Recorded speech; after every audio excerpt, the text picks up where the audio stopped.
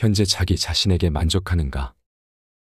그러면 이 영상을 보지 않아도 된다. 하지만 지금보다 나은 사람이 되고 싶은가? 그럼 프레임에서 벗어나라. 당신이 스스로 프레임에서 나오지 못하면 발전은 없다.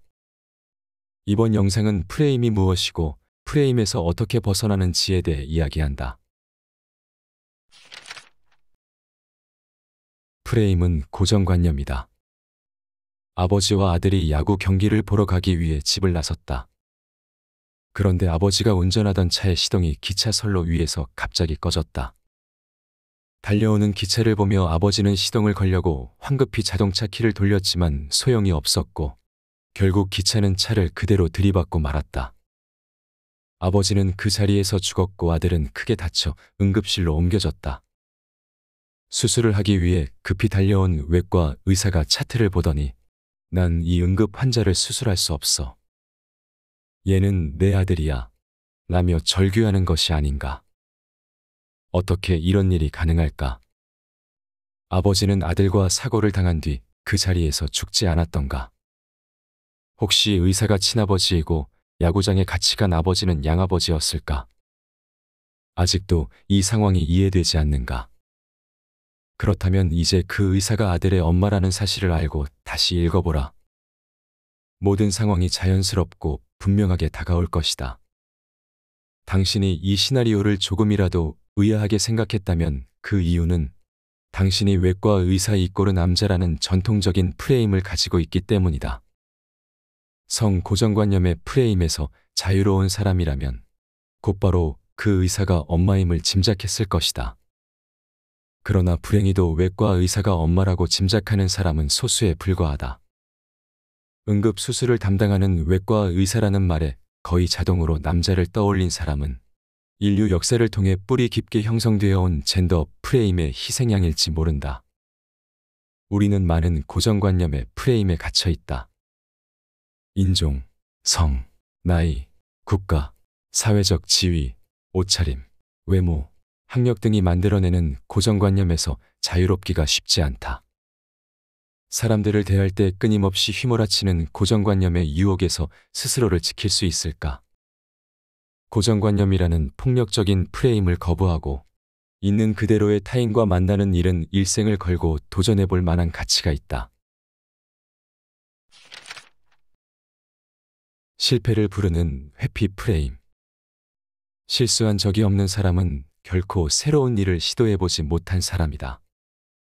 엘버트 아인슈타인. 구약성서에는 모세가 하나님의 도움으로 이스라엘 민족을 이끌고 홍해를 건넌 후에 광야에서 생활하다 하나님이 약속한 가나안 땅으로 들어가는 과정이 나온다. 모세는 12명의 사람들을 보내 가나안 땅을 정탐하게 한다. 정탐을 마치고 돌아온 사람들이 각자의 정탐 결과를 보고하는데 12명 중 10명의 보고 내용은 부정적이었다. 그 땅이 풍요롭긴 하지만 이미 거기 정착한 이민족들의 힘이 막강하기 때문에 그들과 싸워 이기기 힘들 거라는 이유에서였다. 그 땅에 발을 들여놓기도 전에 이민족들에게 패할 것이 분명하기 때문에 그 근처에는 얼씬도 하지 말자는 것이 요지였다. 그러나 12명 가운데 두 사람, 갈렙과 여호수아는 그 땅이 젖과 꿀이 흐르는 아름다운 땅임을 강조하며 그곳으로 진군할 것을 적극적으로 주장했다.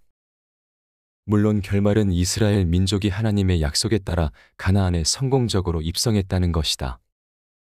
이 이야기는 성취하는 사람과 안주하는 사람의 프레임 차이를 잘 보여준다. 성취하는 사람의 프레임은 접근 프레임이다. 반면에 안주하는 사람의 프레임은 회피 프레임이다. 접근 프레임은 보상에 주목하기 때문에 어떤 일의 결과로 얻게 될 보상의 크기에 집중하고 그것에 열광한다. 그러나 회피 프레임은 실패 가능성에 주목한다. 자칫 잘못하다간 실수할 수 있다는 데 주목하고 보상의 크기보다는 처벌의 크기에 더 큰 영향을 받는다. 회피 프레임에 길들여진 사람들은 자신을 보호하는 일을 최우선으로 삼는다.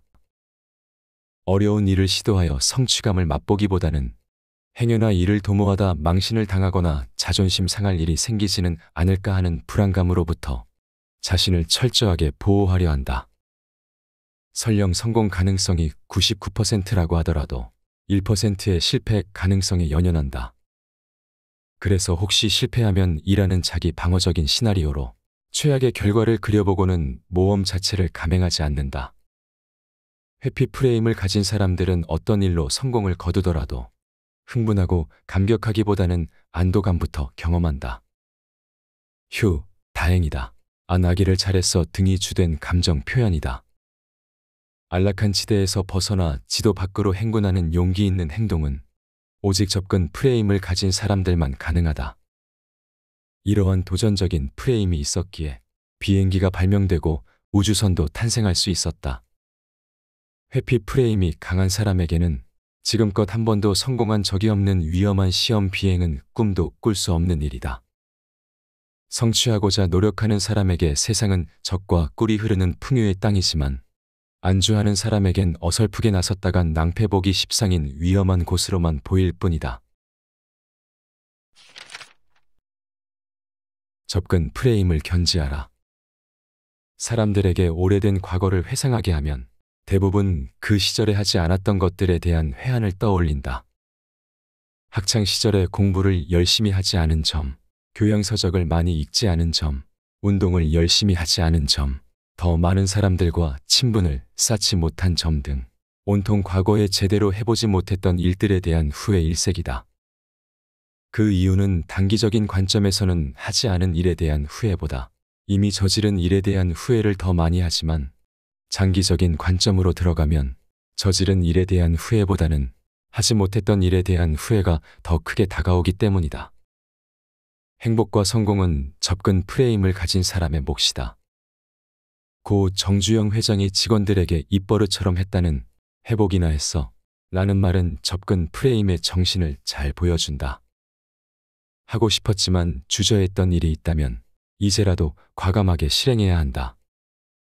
가정 형편 때문에 가족 여행을 미루고 있다면 지금 당장 돈이 적게 드는 가까운 곳이라도 떠나는 것이 좋다. 마음을 고백할 대상이 있다면 할까 말까 망설이지 말라.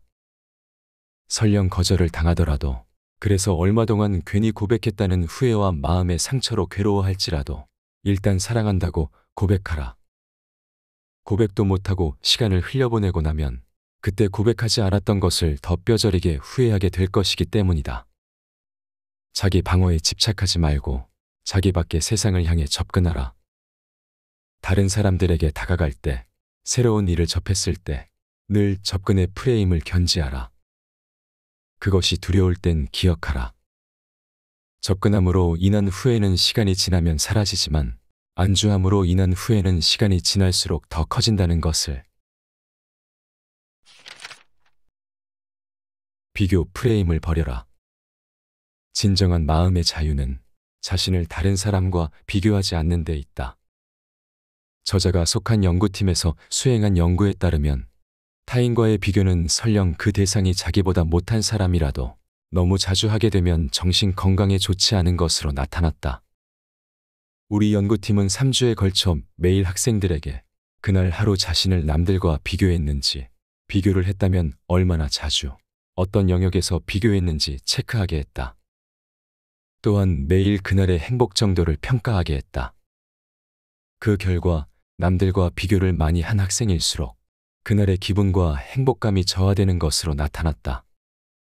자기보다 잘난 사람과의 비교는 물론이고 객관적으로 자기보다 못한 사람과의 비교도 횟수가 잦을수록 행복감을 떨어뜨린 것이다.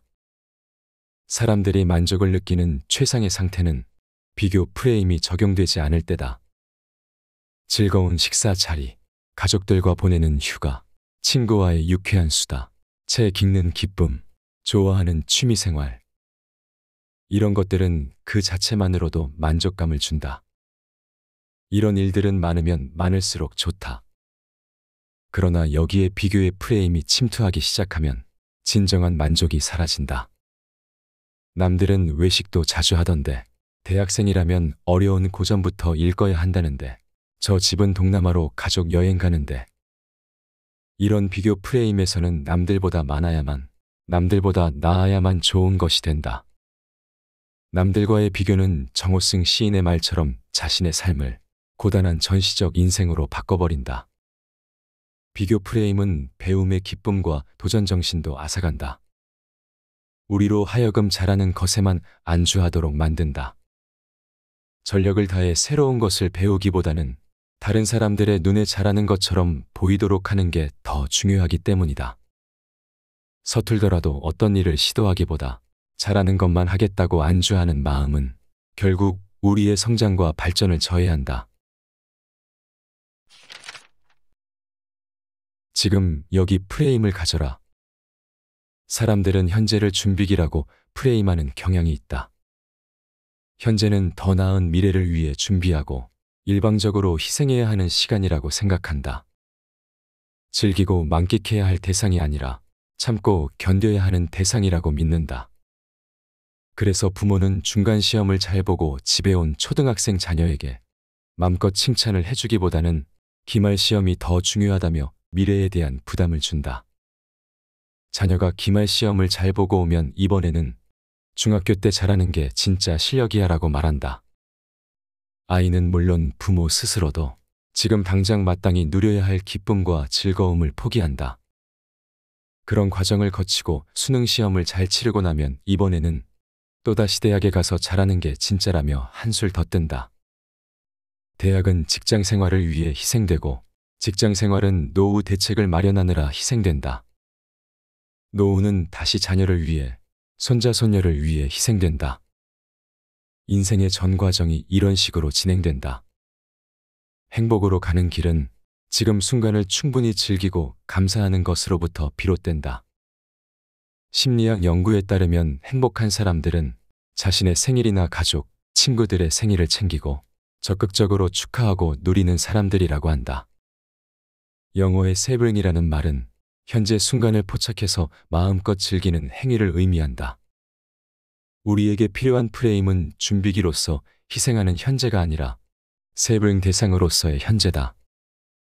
한 끼 대충 때우자는 식으로 지금 이 순간의 소중한 한 끼 식사를 아무렇게나 홀대하지 말고 그 음식 속에 들어간 재료의 맛을 하나하나 음미해보라.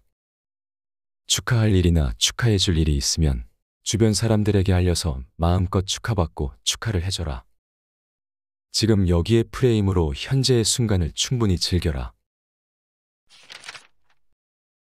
앞의 내용은 최인철 작가가 지은 프레임, 나를 바꾸는 심리학의 일부분이다. 우리는 프레임을 가지고 있다. 그것도 아주 많이 가지고 있다. 프레임을 가지는 가장 큰 이유는 자신을 보호하기 위해서이다. 특정한 틀 안에 있어야 안전하다는 본능이 있기 때문이다. 앞에서도 말했지만 현재에 만족한다면 굳이 프레임에 벗어나지 않아도 된다. 하지만 바뀌고 싶은 부분이 있다면 프레임을 지워야 한다. 이 책에는 프레임에서 벗어나는 여러 가지 방법을 제시하고 있다. 나는 그중 3가지 방법을 소개했다. 첫 번째는 하고 싶은 일이 있다면 주저하지 않고 실행으로 옮기는 것이다.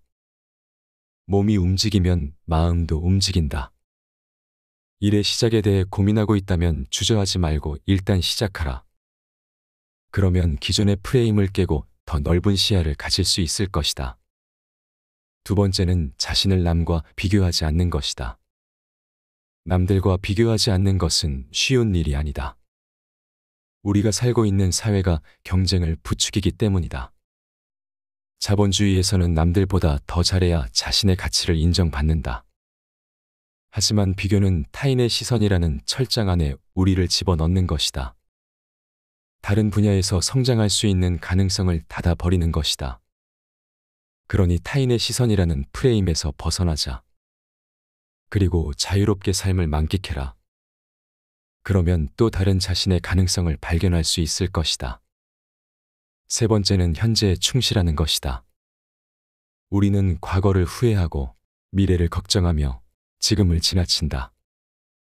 과거와 미래를 머릿속에서 지우기가 쉽지 않을 것이다. 하지만 매 순간 자신에게 주어진 일을 열정을 다해 해보면 안다. 과거에 대한 후회와 미래에 대한 걱정이 완전히 잊혀지는 것을 경험하게 된다. 현재에 충실하며 발전하고 있는 나에게 만족하기 때문이다.